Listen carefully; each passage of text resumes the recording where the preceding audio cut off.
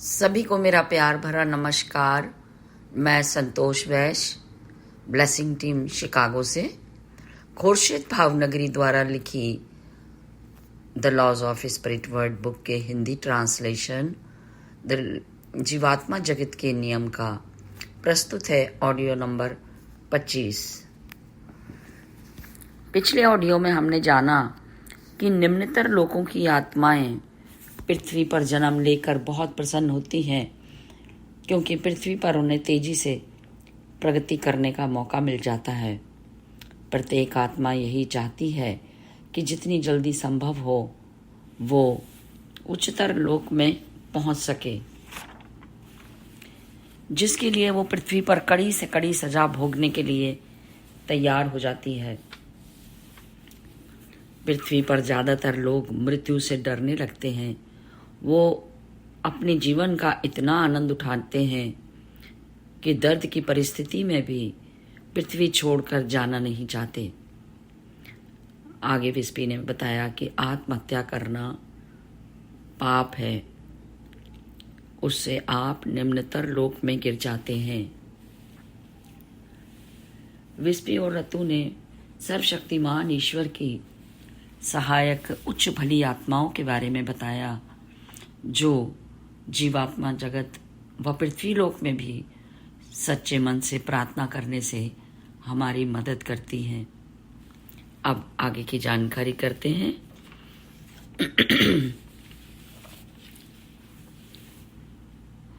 यही पृथ्वी की दुनिया और जीवात्मा जगत के बीच का अंतर है। हमारे लोगों के शासक बहुत ही विनम्र और उदार होते हैं, इसीलिए हमेशा उनके साथ बेझिझक बात करने पर स्वतंत्रता महसूस होती है। वो इतने ईमानदार, प्यारे और भले होते हैं कि उनका भय कभी महसूस नहीं होता। वो इतने निस्वार्थ होते हैं कि हम उन पर पूरा विश्वास कर सकते हैं। वो हमें विनम्रता और प्रेम से समझाते हैं कि कुछ चीज़ें गलत हैं और ये भी गलत क्यों हैं। वे हमारी विनतियों को कभी कठोरता से खारिज नहीं करते, बल्कि प्यार से समझाते हैं कि ये क्यों संभव नहीं है। वो बहुत ही विवेकशील और दयालु होते हैं। हम उन पर पूरी तरह से विश्वास करते हैं और उनका सम्मान करते हैं। ये है सर्वशक्तिमान ईश्वर के सहायक, हमारी उच्च भली आत्माएं और फरिश्ते। अगले संपर्क में विस्पी और रतु ने बताया कि सकर्म क्या है, सत्कर्म क्या होता है। अच्छे कर्म वे होते हैं जो पूरी तरह निस्वार्थ उद्देश्य से किए जाते हैं। यदि उनमें थोड़ा सा भी स्वार्थ हो तो उन्हें सत्कर्म नहीं कहा जाएगा।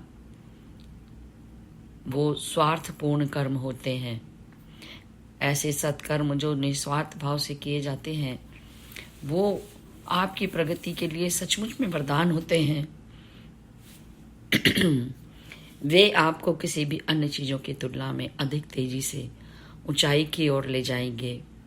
मगर दुर्भाग्य से पृथ्वी के लोगों के सभी सत्कर्मों के पीछे लगभग हमेशा यही भावना होती है कि उससे उन्हें उच्च स्तर प्राप्त होगा और उनके पापों को माफ कर दिया जाएगा। रतु और विस्पी चेतावनी देते हुए कहते हैं कि ऐसी सोच आपको ऊपरी स्तर पर ले जाने के बजाय नीचे ले जाती है। ऐसे ही सत्कर्म जो स्वाभाविक रूप से और दयालुता के साथ किए जाते हैं, जिनके पीछे ऊपर उठने की कोई भावना नहीं होती, उन्हें ही स्वार्थहीन संकल्प माना जाता है। अच्छा कर्म करने के तुरंत ही बाद उसे भुला दें, उसके बारे में जरा भी ना सोचें। यदि अच्छे कर्म बिना सच्चे पश्चाताप के या पूरी तरह कर्मों के फल भोगने से बचने के लिए और क्षमा प्राप्त करने के उद्देश्य से किए गए हों, तो वे निस्वार्थ सत्कर्म नहीं होते। वे कभी भी आपको उच्च स्तर की ओर नहीं ले जा सकते, ये बात हमेशा ध्यान में रखें। अच्छे कर्म करने से पहले ही सुनिश्चित कर लें कि आपका उद्देश्य बिल्कुल भी स्वार्थपूर्ण ना हो। यदि आप ऐसा करने में सफल होते हैं तो उसे भुला देने में भी सफल होना चाहिए। इस तरह सफलता प्राप्त करना पूरी तरह आपके हाथों में है। उदाहरण के लिए, आप अपने प्रियजनों के लिए कुछ करते हैं तो आप उस बात का प्रचार करने की परवाह भी नहीं करते और ना ही उस पर कोई सोच विचार करते हैं। ऐसा आप उस व्यक्ति के प्रेम की खातिर करते हैं। आप उन्हें सुखी देखना चाहते हैं और उनके लिए भी त्याग भी कर सकते हैं। इसलिए आप अपने प्रियजनों के लिए कुछ भी करें, उसमें आनंद लें और उस कर्म को स्वाभाविक रूप से भूल जाएं। सिर्फ सच्चे प्रेम के लिए किया गया कर्म हो। एक ही पल में आपका अच्छा कर्म स्वार्थपूर्ण कर्म में बदल सकता है, इसलिए उसे करने के बाद भूल जाएं। थोड़ी सी भी स्वार्थपूर्ण सोच अपने अच्छे कर्म पर, आपके अच्छे कर्म पर पानी फेर सकती है। अगला संपर्क जो 13 जून को किया गया, जिसमें विस्पी और रतु ने प्रतिशोध एक बहुत बुरी चीज है इस बारे पर प्रकाश डाला। पृथ्वीवासी ये नहीं जानते कि प्रतिशोध का असली अर्थ क्या है। प्रतिशोध व्यक्ति के मन में तब आता है जब वह किसी के प्रति ईर्ष्याग्रस्त हो। मान लीजिए पीटर कैटी के प्रति ईर्ष्यालु है क्योंकि कैटी एक लोकप्रिय, प्यारी और अच्छी लड़की है। अतः पीटर उसे नीचे दिखाना चाहता है।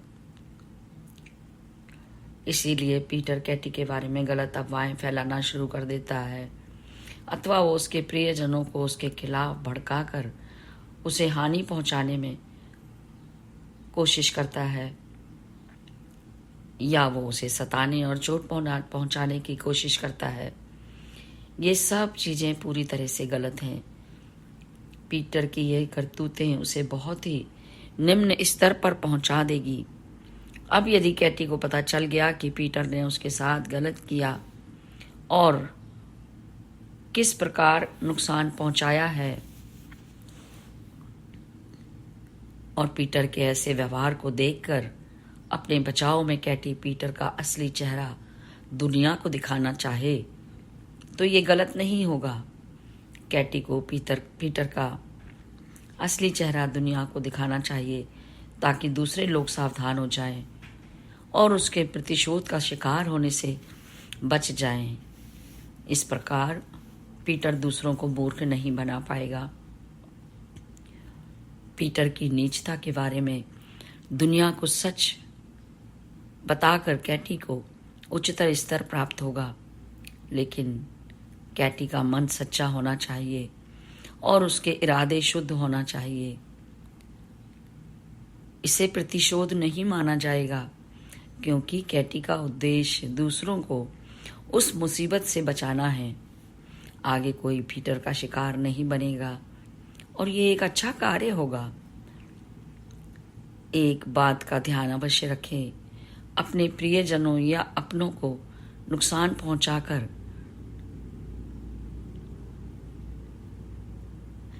अपने आप को नुकसान पहुंचाकर दुष्टता का पर्दाफाश ना करें। पृथ्वी के लोग प्रायः अच्छे बुरी का अंतर नहीं समझ पाते। अगले अध्याय में विस्पी ने एक सच्ची घटना के बारे में जिक्र किया, सुरेश की कहानी। एक सुरेश नाम के व्यक्ति का परिचय एक युवा विधवा जे के साथ हुआ। वो युवती अच्छे चरित्र की नहीं थी। उसने सुरेश पर डोरे डालने शुरू कर दिए, जबकि सुरेश विवाहित था और 3 बच्चों का पिता भी। जे ने सुरेश को अपने पीछे इतना पागल कर दिया कि वो उसके झूठे प्यार में फंस गया। सुरेश ने उसे घर दिलाने का वचन भी दे दिया। जे के और भी लोगों के साथ गलत संबंध थे, पर सुरेश को इस बारे में कुछ भी पता नहीं था। वो तो पागलों की तरह उसके जाल में फंस चुका था। उसकी स्थिति गुलामों की तरह हो गई। जे उससे जब तक रुपए पैसे और गहने ऐंठती रहती, जब भी मर्जी होती उसकी। जब सुरेश के पिता को पता चला तो उन्होंने उससे कड़े शब्दों में बात की और सुरेश को उसकी गलती का एहसास करवाया, क्योंकि वो जानते थे कि औरत सुरेश की कमजोरी है, परंतु इसके बावजूद सुरेश एक भला इंसान है। सुरेश ने अपनी गलती मानते हुए जे के साथ सारे संबंध तोड़ लिए। जे बहुत ही स्वार्थी औरत थी। उसने सुरेश और उसके परिवार से बदला लेना चाहा। जैसा कि पहले बताया था कि उसके संबंध और भी कई लोगों से थे। वो उनमें से किसी के बच्चे की मां बनने वाली थी। उसने चालाकी से अस्पताल में अपनी जांच करवाकर गर्भवती होने का प्रमाण पत्र बनवाया और सुरेश के घर पहुंच गई। उसके माता पिता और पत्नी को बताया कि सुरेश ने उससे शादी करने का वादा करके उसके साथ धोखा किया है और अब वो सुरेश के बच्चे की मां बनने वाली है। उसने कुछ कागजात दिखाए जिससे साबित होता था कि वो एक घर खरीदने वाला है। उसके साथ साथ कुछ अस्पताल के कागज भी दिखाए। सुरेश की मां एवं उसकी पत्नी इस बारे में कुछ भी नहीं जानती थी। सुरेश की मां को इतना आघात लगा कि वो उसी रात चल बसी। सुरेश की पत्नी भी ये आघात सहन नहीं कर सकी। मां की अंतिम क्रिया के बाद अपने बच्चों को साथ लेकर सुरेश को छोड़ के चली गई। सुरेश और उसके पिता दोनों बहुत दुखी थे। उनके लिए खुद पर काबू करना मुश्किल हो रहा था। वे जे को मार डालना चाहते थे, जिसने उनकी जिंदगी बर्बाद कर रखी थी। अब भी सुरेश से घर और रुपए की मांग कर रही थी। सुरेश और उसके पिता भले लोग थे, पर अपना अपमान और अपने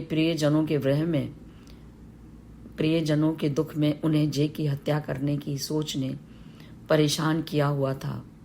भाग्यवश उनका एक धर्मनिष्ठ मित्र उनके घर आया और उनकी पूरी कहानी को सुनकर उन्हें दिलासा देने लगा। उनके मित्र ने उन्हें समझाया कि जिस परिस्थिति से आप गुजर रहे हैं मैं अच्छी तरह से समझ रहा हूं, परंतु आप लोग अपनी आत्मा को बचाइए। उस दुष्ट औरत को मारना पूरी तरह सर्वशक्तिमान ईश्वर के हाथ में है, इसलिए ईश्वर के विरुद्ध ना जाएं। अपने भले दिमाग से उन दुष्ट विचारों को निकाल दीजिए। यहीं मैं अपनी वाणी को विराम देती हूँ। शेष अगले ऑडियो में जानेंगे। आप सभी का धैर्यपूर्वक सुनने के लिए बहुत बहुत धन्यवाद। Thank you.